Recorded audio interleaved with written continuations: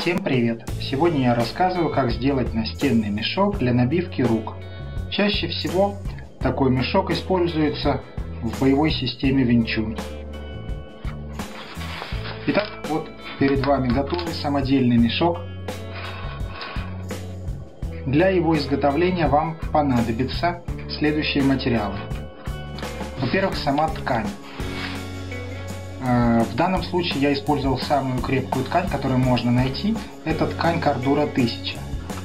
Cordura – это ткань, которая используется при производстве специального снаряжения для спецподразделений и при производстве самых дорогих туристических вещей.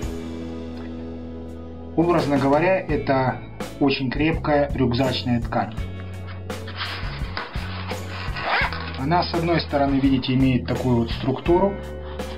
Со второй стороны она покрыта водоотталкивающим, водонепроницаемым слоем. Достаточно плотная ткань. Я думаю, около миллиметра ее толщина. И очень крепкая. Ткань раз. Два, вам нужна будет молния с бегунком. Вы, конечно, можете сделать на пуговичках, на липучках и так далее. Но молния самый лучший вариант, чтобы не просыпалась пыль из середины. Далее вам нужна стропа. В данном случае использована стропа 35 мм. И D-кольца. То есть полукольца. Вот такие вот они. В данном случае использованы полукольца, так же как и змейка. Использованы полукольца от фирмы Юкакан. Они очень крепкие, тоже туристические, обычно на рюкзаках используются. То есть руками вы их не поломаете. У меня уже практически 2 года такой мешок висит на таких кольцах, ничего с ними не произошло. Аналогичное касается и стропы. Вот в принципе все. Вот ее внешний вид. С двух сторон одинаково. Здесь расстегивается для того, чтобы вы могли насыпать наполнитель. Насыпали наполнитель, повесили, застегнули, бьем. Так, дальше в видео вы увидите схему, как пошить такой мешок. Максимально я постарался подробно разъяснить. И также увидите в видео вы, как этот мешок работает, как его можно повесить, закрепить и как по нему бить. А сейчас я вкратце расскажу вам, как сшивать. Вот, предположим, это ткань Cordura, которую вы будете шить. Вначале мы работаем согласно схеме, опять-таки. Вот мы ее сложили, ткань пополам. Вначале мы работаем с лицом. Сшили ткань. Вот представим, что это я ее так сшиваю. Вот ткань сшита. Потом мы ее выворачиваем. Понятное дело, что с тканью это будет выглядеть по-другому немножечко, но принцип останется тот же самый. Вывернули. Видите?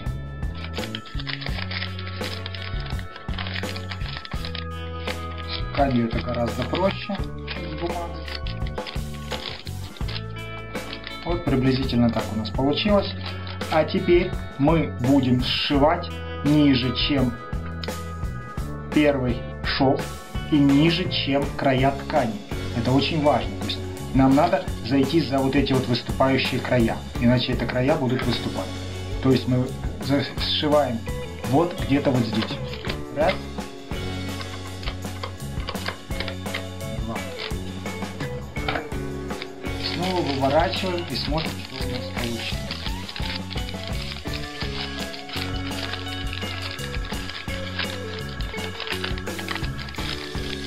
Если вы все правильно сшили,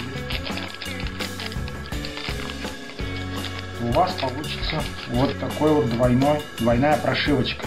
Раз прошивочка идет где-то здесь, два прошивочка идет выше, после этого сложено и ничего не торчит. Видите, здесь я сделал криво, поэтому оно слегка торчит. Так, что в середине этого мешка? Вот у меня уже есть еще один вывернутый. Это мешок вывернутый наружу. Здесь виден второй шов, второй по счету.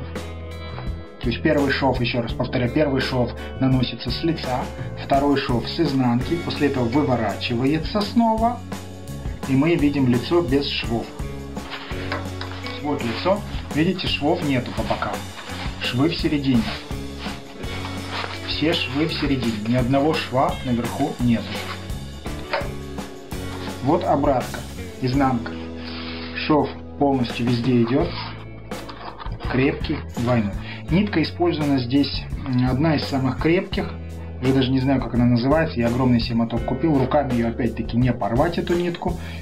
И продается она не в маленьких таких вот шпульках, как привыкли мы покупать, а в огромном мотке. Там, по-моему, 3 километра той нитки. Вот она даже местами торчит. Стропу, когда я вшивал, я ее прошивал дополнительно еще, и она немножечко торчит, как видите. На всякий случай сделана она на вылет. Что касается молнии, то есть когда мы прошиваем что первый раз, что второй раз, молнию мы шьем не насквозь, бо иначе, понятное дело, мы не сможем вывернуть. Насквозь мы молнию прошиваем только по краям, слегка. А внутри, там где она будет расстегиваться, молния, в таких местах мы прошиваем только одну сторону ткани и саму молнию. Далее, молнию, когда мы вшиваем, она обязательно должна быть застегнута. Практически до самого конца. То есть, если молния будет расстегнута, потом вы застегнуть ее не сможете.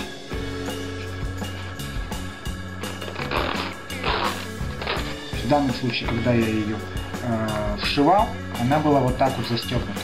Вот, застегнута, и я вот здесь вот вручную прошивал. Еще один интересный момент.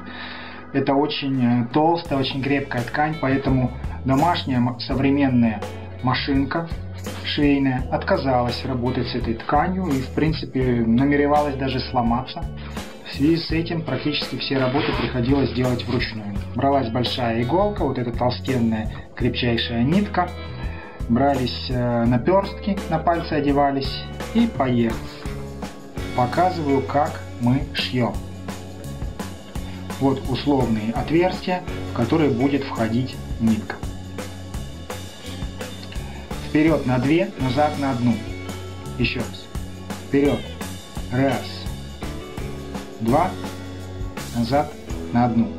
Вперед. Раз, 2. Назад на 1. Вперед. Раз, 2. Назад на 1.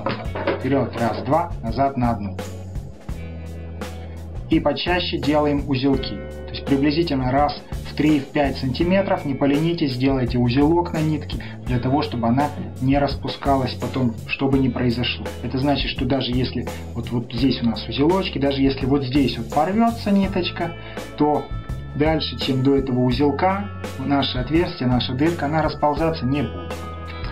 На пошивку такого мешка уходит приблизительно часов 6-8 вашего личного времени.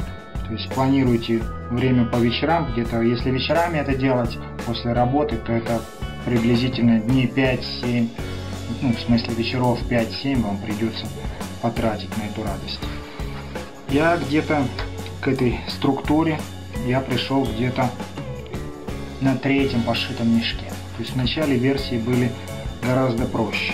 Здесь уже все сделано четко, проверенная временем конструкция. Держится, работает. В двух словах, то он вешается на стену, либо на двери, то есть на любую вертикальную поверхность, вешается на шурупчики, на гвоздики, на крючочки, на что угодно.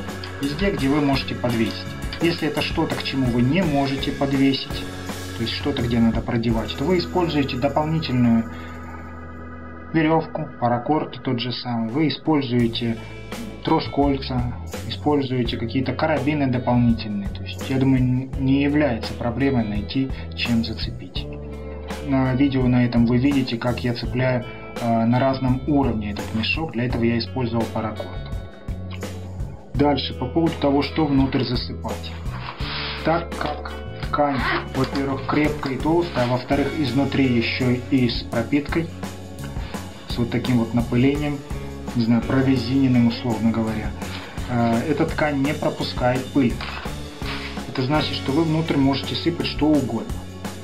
Ну, естественно, чтобы оно не было острым. То есть насыпать туда гвозди или шурупы это неправильное решение.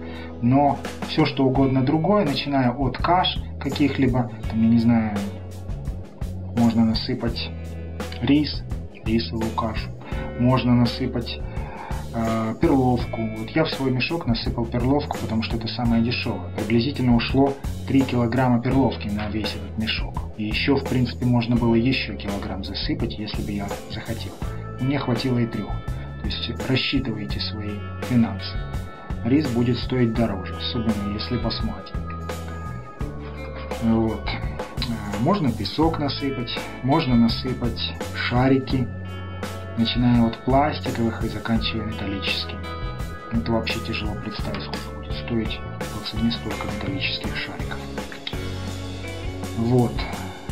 Что касается швов. За 2 года среднего использования швы все целые в таком мешке у меня. Единственное, сквозь швы немножечко просачивается пыль. Все это абсолютно не критично. С макевары у меня, например, сыпется гораздо больше пыли, гораздо больше щепок сыпется с макевары, чем отсюда пыль от засыпанной внутрь перловки. Точно так же пыль слегка проступает через верхнюю молнию. Ну, как по мне, это не критично. Вот один из вариантов размещения на стене. Здесь у меня висит макевара, образно говоря, плоская деревянная кукла Винчунь. И на одной из планок я сверху вкрутил 2 шурупчика. Вот таких вот в дерево. И здесь же повесил мешочек на стену. В обычном случае вам эти шурупчики необходимо просто вкрутить в стену. Можно с дюбелями, либо если у вас деревянная стена, то прямо так. В самом простом варианте мы подвешиваем за вот эти вот полукольца. Но так как я работаю с мешком не сам, вместе со мной работает еще человек меньшего роста, я сделал возможность регулировки по высоте мешка. То есть вот такие вот связал узелки на репшнуре. Чтобы повесить мешок ниже, я просто беру, вешаю вот так вот на следующее колечко, там, либо через одно, и мешок у меня оказывается значительно ниже. Естественно, что когда мы вешаем мешок, нам необходимо разместить оба шурупа, оба крепления разместить на ширине вот этих вот полуколец. То есть не уже, не посерединке, где-то здесь в одном месте, и не шире, потому что будет нехорошо. Что касается этого мешка, этот мешок у меня уже висит здесь 2 года. Видите, до сих пор цел. О том, что он много используется, можно судить по выступившей пыли. В середину засыпалась перловая крупа. Сейчас, видите, она начинает превращаться потихонечку в пыль и по бокам выступать. Ничего никуда не сыпется. Просто вот немножечко выступает вот такая вот пыль. Вот с обратной стороны это уже обои превращаются в пыль. Что касается низа, вот видите, он цельный, соответственно, снизу ничего не сыпется. Что касается, насколько крепкий этот мешок. Он без проблем выдерживает любые удары, ну, соответственно, как и несущая стена в квартире. Ничего с ним не происходит, никуда он не девается. Если вы сильно ударите, то немножечко крупа, которая в середине, она расступается, но потом снова вся смещается вниз. То есть, видите, сейчас она внизу, здесь все плотненько, ровненько. Наносим сильный удар. Удар впечатывается, крупа буквально сразу же опускается на место. Что касается материала, из которого сделан мешок.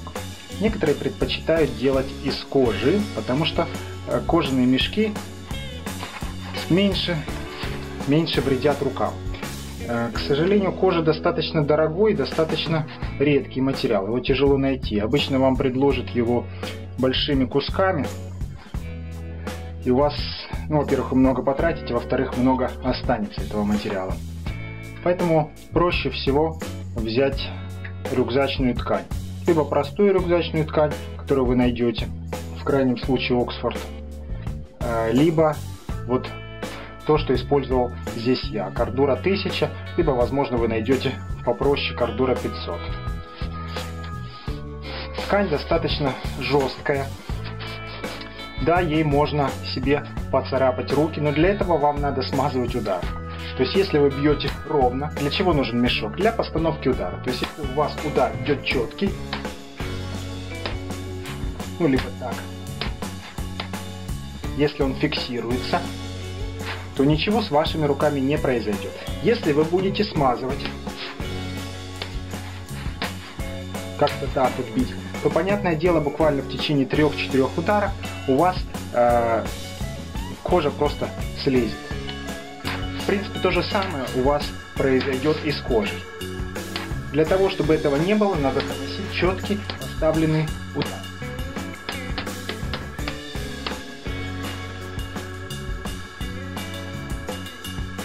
Вот, в принципе, что у нас происходит. Наносите четкие удары, и у вас с кожей все будет в порядке на руках. Она будет только закаляться.